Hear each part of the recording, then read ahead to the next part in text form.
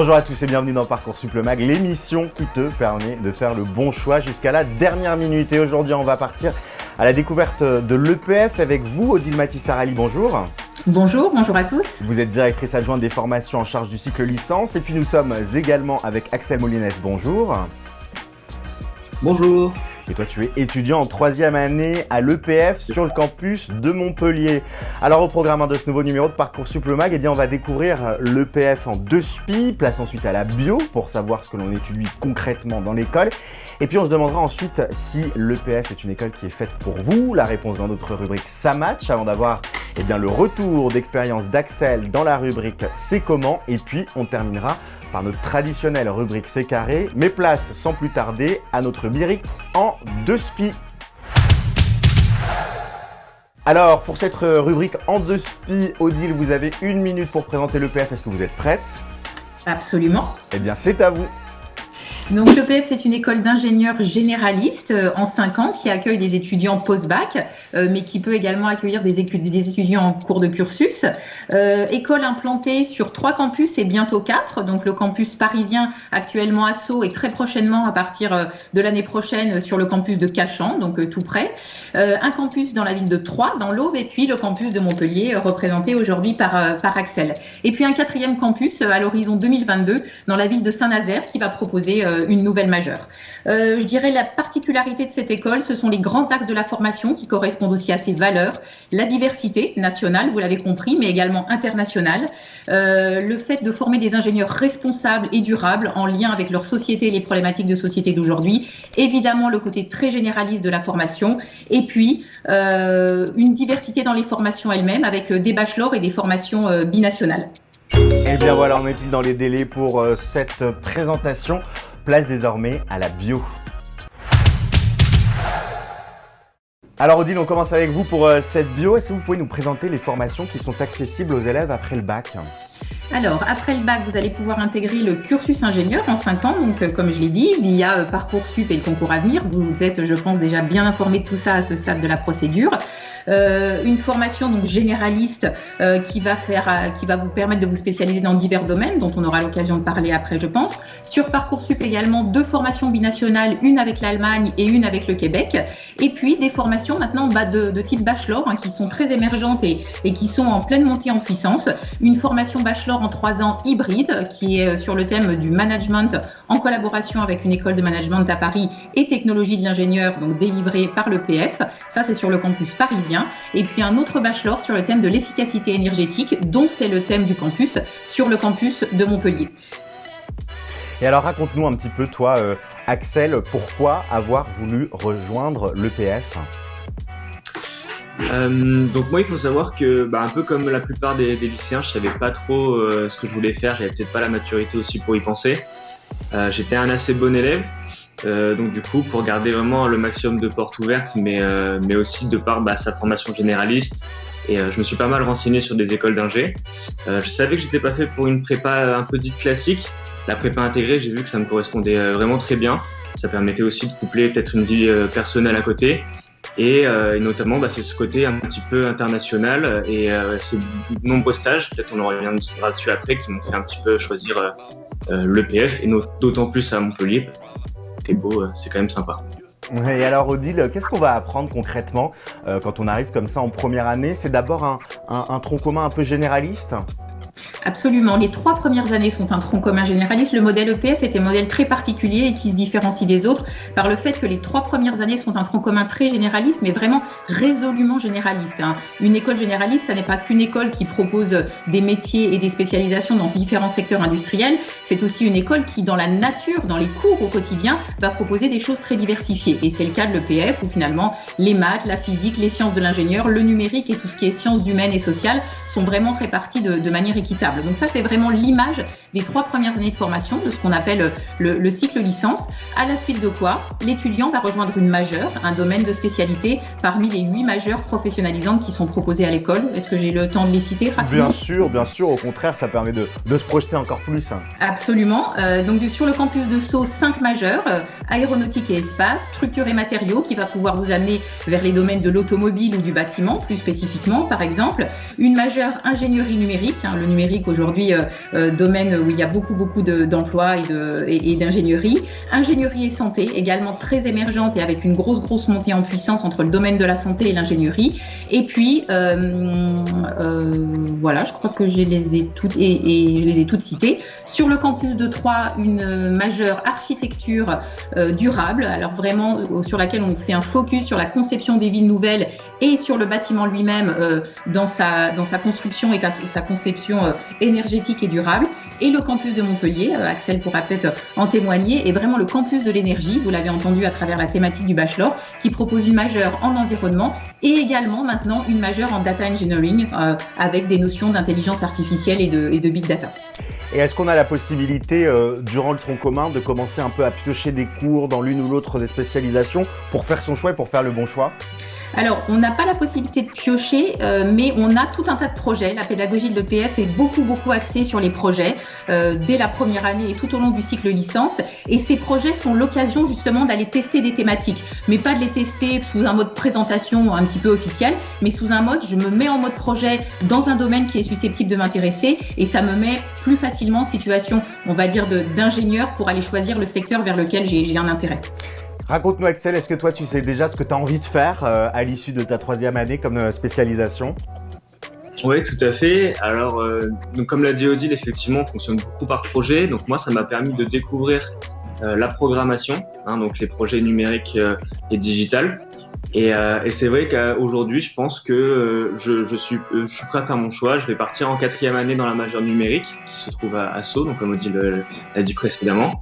Mais néanmoins, je vais essayer de changer un petit peu de parcours parce que voilà, en 5e année, Odile, encore une fois, vous allez pouvoir un peu plus donner des précisions là-dessus, faire un master ICE sur le campus de Troyes. Donc c'est un master d'innovation, création, entrepreneuriat. Si on a un projet à proposer, on peut aller faire ce master-là en parallèle. Donc on aura les 2 diplômes, si je ne me trompe pas. Et ça permet de travailler et se focaliser sur son projet, ce que je souhaite. Et alors absolument, Axel a tout à fait raison.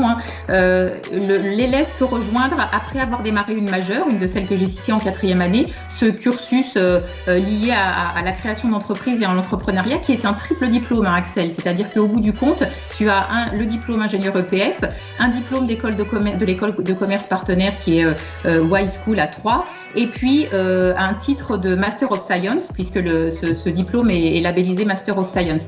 Et effectivement, pour les élèves, parce que ça fait beaucoup partie aussi de la formation à l'EPF, toute cette culture d'entreprise où dès la première année, on parlait des cours de première année du cycle licence tout à l'heure, dès la première année, on sensibilise et même on forme, des cours sont dédiés à ça, à la création d'entreprises, à travers la création d'associations au départ, et puis plus spécifiquement des choses qui sont liées au statut juridique d'une entreprise, à des aspects business plan, etc. Et progressivement, on monte en puissance, ce qui donne finalement à l'ingénieur EPF cette capacité, s'il en a envie au cours de son cursus, de créer sa propre entreprise et de lancer le démarrage de cette création d'entreprise à travers ce diplôme Master of Science sur le campus de Troyes. Alors vous venez de parler des ingénieurs EPF, mais avant d'être des ingénieurs EPF, ils sont candidats EPF puis étudiants EPF. Et justement, quel est le profil pour intégrer l'EPF? La réponse dans la rubrique Ça match. Alors, la question est toute trouvée. Odile, c'est quoi en général le profil des jeunes que vous recrutez pour intégrer la première année? Alors, vous avez bien compris, je pense maintenant que la forte identité de l'EPF, c'est vraiment ce côté généraliste qu'on retrouve dans la formation, dans les disciplines, dans les associations. Et du coup, je pense que le profil de l'élève EPF, c'est vraiment quelqu'un qui est curieux, qui est quelqu'un qui s'intéresse à beaucoup de choses et puis qui est en adéquation avec les valeurs de l'EPF, qui sont l'envie de s'engager, de travailler dur, de prendre des risques, d'aller vers des notions d'innovation, parce qu'aujourd'hui, l'ingénierie, c'est quelque chose où il faut être créateur, où il faut avoir de la créativité, proposer des nouvelles idées pour être quelqu'un de performant. Donc c'est vraiment ce profil-là, quelqu'un de très curieux. Et puis vous l'avez compris aussi à travers cet axe très fort dans la formation à l'EPF qui est l'engagement social.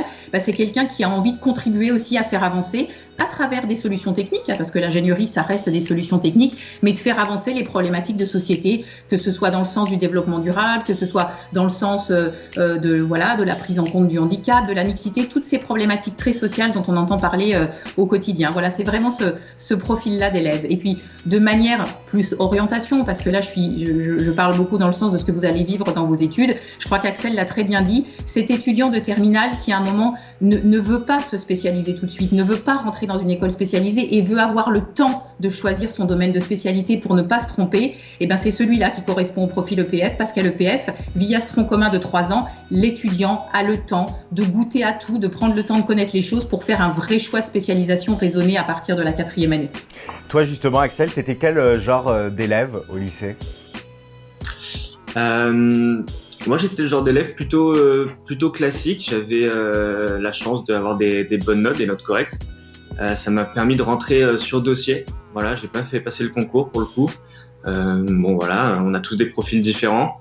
Après, au-delà de ça, voilà, j'étais quelqu'un de tout à fait normal. Et puis, comme Odile l'a dit, avec ce profil de vouloir continuer à apprendre avant de se spécialiser et découvrir de nouveaux secteurs de travail. Donc voilà. Et alors Odile, on est en pleine période de recrutement sur Parcoursup et une question que se posent beaucoup les élèves de terminale, qu'ils soient acceptés ou sur liste d'attente, il y a 2 questions. Ceux qui sont acceptés, ils se disent pourquoi l'EPF plutôt qu'une autre école, et ceux qui sont sur liste d'attente, ils se disent est-ce que j'ai mes chances ? Alors qu'est-ce que vous pouvez répondre à ces 2 interrogations ? Alors, je vais commencer par la deuxième question. Si vous êtes sur liste d'attente, oui, bien sûr, vous avez vos chances. On n'est que tout au début de la procédure. Vous imaginez bien, la première phase se termine mi-juillet. On a encore largement le temps. Tous les jours, vous allez recevoir des nouvelles propositions d'appel. Donc, j'invite tous ceux qui sont en liste d'attente et qui sont intéressés par l'EPS à garder cette liste d'attente, à garder leurs 3 listes d'attente, s'ils sont en liste d'attente sur les 3 campus de l'école. Voilà, donc surtout, voilà, on est tout au début. Rassurez-vous, ne vous inquiétez pas. Les choses vont continuer à bouger. Gardez ces listes d'attente, ça c'est vraiment le mot d'ordre. Pour ceux qui effectivement hésitent entre l'EPF et une autre école, j'ai envie de vous dire, voilà, je pense qu'Axel et moi, on a pas mal résumé la situation. Vous êtes curieux, vous avez envie de faire des choses très différentes, vous n'avez surtout pas envie de vous tromper dans votre choix d'école et de spécialité derrière, et vous vous dites, mais moi, vu d'aujourd'hui, on me demande de choisir entre environnement, entre automobile, aéronautique, il y a plein de choses qui m'intéressent, je veux prendre le temps, c'est vraiment l'image de l'ingénieur EPF, voilà. Et puis, voilà, aussi cette forte culture entreprise, si vous en avez envie, pour vous donner une chance, soit finalement de vivre votre vie de futur ingénieur comme un salarié, peut-être dans une très grande entreprise avec beaucoup d'aura, ce qui est le cas pour tous nos ingénieurs sortants, mais aussi de vous dire, mais moi, au contraire, le modèle start-up, ce modèle innovation dont on entend beaucoup parler aujourd'hui, c'est quelque chose qui me parle, mais mais laissez-moi le temps, laissez-moi le temps de choisir et de me consacrer un petit peu plus tranquillement à la connaissance de tout ça pour faire un choix raisonné. On va désormais passer au retour d'expérience d'Axel dans notre rubrique C'est comment ? Alors Axel, raconte-nous un petit peu à quoi ça ressemble la vie étudiante à l'EPF. Alors la vie étudiante à l'EPF, elle a été très différente en fonction de ces 3 dernières années, parce que voilà, il y a eu la crise sanitaire qui est passée par là. Néanmoins, il s'est passé plein de choses. Je pense qu'au tout premier lieu, c'est la découverte un petit peu de l'autonomie. Quand on arrive après avoir fait passer le lycée, on ne sait pas trop ce que c'est. Ça peut mettre une claque, il y en a qui le prennent très bien, d'autres qui le prennent un petit peu moins bien. Il faut savoir que l'EPF met à disposition l'ensemble du corps enseignant, mais aussi l'administration, si jamais on a besoin de discuter, d'avoir des conseils. Si on a des projets, ils sont aussi ouverts. Là, c'est ce qui s'est passé avec moi d'ailleurs, ça a été super gentil de leur part. Après, il faut savoir que l'EPF, étant donné que peut-être c'est aussi cet aspect-là qui fait cette chose, le fait que ce soit une prépa intégrée, il n'y a pas vraiment de compétition entre les élèves. Il y a beaucoup d'entraide, on s'entend tous très bien, on a un peu une petite communauté, ça se passe super bien. Au niveau de la vie associative, c'est incroyable. Il y a des associations partout, il y en a une 15aine sur le campus de Montpellier, il y en a 49 je crois en tout. Il y en a pour tout le monde. Il y a du sport, il y a du loisir, il y a du pro. Tout à fait, on peut. Et ça va nous permettre d'acquérir des compétences qu'on n'a pas forcément en théorie avec une formation d'ingénieur. Ça peut être du management, ça peut être éloquent, ça peut être de la communication. Et ça, c'est des compétences qui sont super importantes pour la suite. Parce que voilà, un ingénieur, c'est pas non plus que savoir faire des calculs, il faut aussi avoir des compétences un petit peu dans tous les sens, et ça peut être très sympa. Voilà, je pense. Je me permets, excuse-moi Axel, de reprendre un peu la parole. Dans les éléments de différenciation, peut-être aussi, je l'ai évoqué au début, mais peut-être pas assez après, si vous avez vraiment une envie de donner à votre carrière d'ingénieur une dimension internationale, vous aurez au cours de votre parcours à l'EPF vraiment de multiples possibilités à travers plus de 150 partenaires internationaux, un très bon niveau d'anglais exigé, 815 points au TOEIC. Vous aurez vraiment cette dimension internationale aussi qui diffuse beaucoup dans la formation. C'est une autre caractéristique de la formation à l'EPF. Donc si elle vous intéresse, ça peut être aussi le moyen de la concrétiser. Avec la possibilité, on l'imagine, de partir dans des universités partenaires, de faire des doubles diplômes, des semestres d'échange. Ça, l'international, il est très ouvert. Absolument. L'idée, alors, un des mots-clés à l'EPF, c'est l'ouverture nationale, vous l'avez compris à travers les campus, l'ouverture internationale, je viens de l'évoquer, et puis l'ouverture aussi à différents parcours. L'idée aujourd'hui étant de plus en plus de pouvoir proposer des parcours individuels aux étudiants à travers notamment des doubles diplômes à l'étranger, effectivement, comme vous l'avez précisé, ou même en France avec des établissements partenaires comme Centrale Supélec dans différents domaines que sont l'énergie, la cybersécurité, également en lien avec notre majeure ingénierie et santé, des masters en ingénierie biomécanique, voilà, un double diplôme en finance également pour ceux qui intègrent la majeure management. Voilà, donc cette ouverture, elle est dans la formation, elle est aussi vers l'extérieur pour pouvoir diversifier les parcours proposés aux élèves. Un mot aussi sur les stages, parce que ça c'est une ouverture sur le monde professionnel, mais pendant les études. Raconte-nous, toi par exemple Axel, tu as déjà eu l'occasion de faire des stages ? Ouais, tout à fait. Il faut savoir du coup qu'à l'EPF, on a plein de stages et ça, c'est vraiment super cool. On a un stage en fin de première année, en fin de deuxième année, le premier semestre de 4A et donc du coup le PFE à la fin de la cinquième année. Je pense qu'Odile, vous serez un peu plus de détails là-dessus. En tout cas, pour mon expérience, donc le premier stage s'est super bien passé. C'est un stage d'exécution. Voilà, c'est pour aussi voir d'autres aspects que l'ingénierie. Je l'ai fait en Suède, voilà, en woofing. J'ai travaillé dans une ferme biologique. C'était super sympa avec des amis. Le second stage, c'était plus sur de la communication. Donc ça, c'était de engagement citoyen. Donc c'est soit dans des associations, soit dans de l'engagement de la biodiversité, de l'environnement, du social. Ça peut être un petit peu tout. Et le dernier stage, donc là, c'est celui que je vais faire, que je vais attaquer au mois de juillet. Là, c'est un stage. Du coup, je vais en profiter moi pour valider ma mobilité internationale. Excusez-moi. Donc c'est dans un stage de 4 à 6 mois et je vais pouvoir le faire à Thales. Du coup, l'entreprise Thales aux Pays-Bas, en tant qu'assistant manager de product owner. Voilà. Donc ça va être super sympa, je pense. C'est important comme ça, Odile, pendant ses études, d'avoir cette ouverture sur le monde professionnel. C'est ces stages qui feront la différence au moment de la recherche d'un premier emploi, par exemple. Absolument. Je pense qu'aujourd'hui, notre rôle, nous, en tant qu'établissement de formation, c'est effectivement de pouvoir permettre aux élèves d'avoir les CV les plus attractifs possibles quand ils arrivent sur le marché de l'emploi. Ça passe par les stages et c'est pour ça que l'EPF a fait le choix. Donc finalement, dans les stages qu'Axel a très bien résumé, on a globalement à l'EPF à peu près 6 semaines de stage en plus que la moyenne des écoles d'ingénieurs par le biais de ce stage engagement citoyen, très en lien avec cette notion d'ingénieur responsable et durable que j'ai évoquée précédemment. Donc l'expérience de terrain dans le domaine associatif, dans le domaine du social, qui vient s'ajouter à ce qui en général est demandé de manière obligatoire par la commission des titres de l'ingénieur. Évidemment, je ne l'ai pas précisé tout à l'heure, mais tous les diplômes d'ingénieur de l'EPF sont habilités par la commission des titres de l'ingénieur. Et donc on a fait le choix effectivement d'intégrer plus de stages que ce qui est demandé par la CTI. C'est un point fort sur les CV. Un deuxième point fort quand on est ingénieur aujourd'hui, c'est le niveau d'anglais, je l'ai évoqué, donc il est exigeant à l'EPF, mais peut-être plus exigeant que dans certaines écoles, mais au moins c'est un atout sur le CV. Et puis les doubles diplômes, parce qu'aujourd'hui le côté multi-compétences et compétences transversales est effectivement très valorisé au niveau de l'emploi, d'où effectivement ces doubles diplômes qui sont proposés aux étudiants. Ce sont effectivement les 3 forces qu'on peut donner à un CV aujourd'hui. Et alors comment elle se passe l'insertion professionnelle de vos jeunes diplômés, Odile ? Bien, elle se passe bien, elle se passe très bien même. Je peux vous donner quelques chiffres. On a aujourd'hui environ 95-97% de nos étudiants qui trouvent leur premier poste d'ingénieur dans les 3 mois. En termes de salaire, on est sur la moyenne des écoles d'ingénieurs. Évidemment, le domaine du numérique, vous avez entendu que 2 des majeurs de l'EPF portent sur le domaine du numérique, une à Montpellier et une sur le campus parisien, est un domaine aujourd'hui qui très clairement amène des salaires supérieurs à l'embauche quand on est jeune ingénieur en tout cas. Et voilà, on a des ingénieurs. Alors, Une autre peut-être, pour aller un petit peu plus loin dans cet aspect-là, la caractéristique peut-être de la carrière de l'ingénieur EPF, c'est que justement par son identité très généraliste, façonnée par ce tronc commun de 3 ans très multidisciplinaire et le côté très méthode qu'on donne à la formation et pas trop spécialisé dans un domaine, c'est quelque chose qui permet à nos ingénieurs de faire évoluer leur carrière de manière beaucoup plus facile. Voilà, puisqu'entre l'idée n'est pas de former un ingénieur spécialisé, on a finalement parmi nos anciens des profils d'ingénieurs qui ont vraiment changé de secteur d'activité, pris des fonctions différentes dans l'ingénierie et ont fait croître leur carrière de manière peut-être beaucoup plus diversifiée. Mais parce que c'est le modèle qu'on a choisi de former.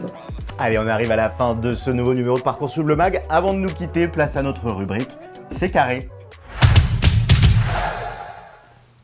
Pour cette rubrique C'est carré, vous allez chacun vous adresser à celles et ceux qui nous regardent aujourd'hui pour un dernier message que vous avez envie de leur transmettre. On commence avec vous, Axel. Quel dernier message vous avez envie de transmettre à celles et ceux qui nous regardent ? Déjà, à tous les lycéens, ne vous inquiétez surtout pas. Ça va très bien se passer, les résultats Parcoursup, j'en suis certain. L'EPF, pour un dernier mot dessus, comme l'a dit Odile, c'est vraiment quelque chose où vous pouvez y aller les yeux fermés. Vous avez le choix, vous avez encore le temps de faire votre sélection, votre secteur. Rien n'est fixé, vous pouvez toujours évoluer, vous pouvez toujours faire un double diplôme, il n'y a pas de souci avec ça. Et c'est surtout, ça va être sur l'ouverture internationale. Si vous aimez voyager aussi, si vous avez envie de parler anglais, ça peut être super intéressant aussi. Et c'est surtout, pour votre profession plus tard, vous avez des perspectives d'évolution qui sont énormes. Et l'EPF peut vous offrir ça. Donc j'espère qu'on vous verra à la balle l'année prochaine.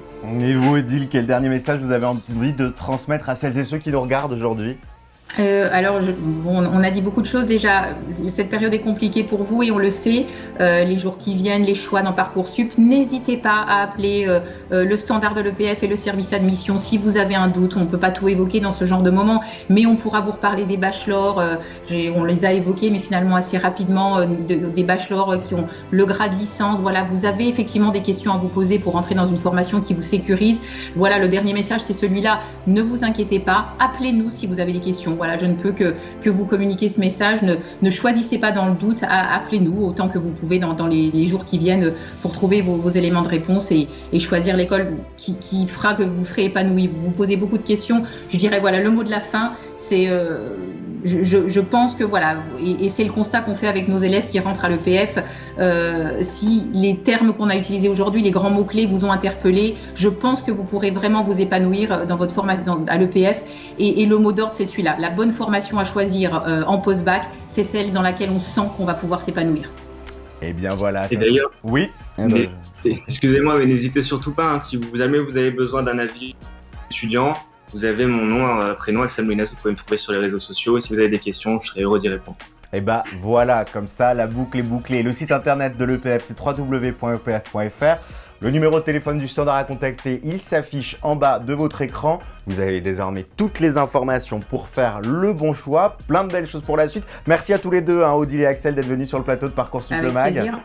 Merci à vous. Et puis merci à vous d'avoir suivi cette émission. Et donc n'hésitez pas à vous renseigner davantage si tout cela vous a plu. Moi je vous dis à très bientôt sur les réseaux sociaux.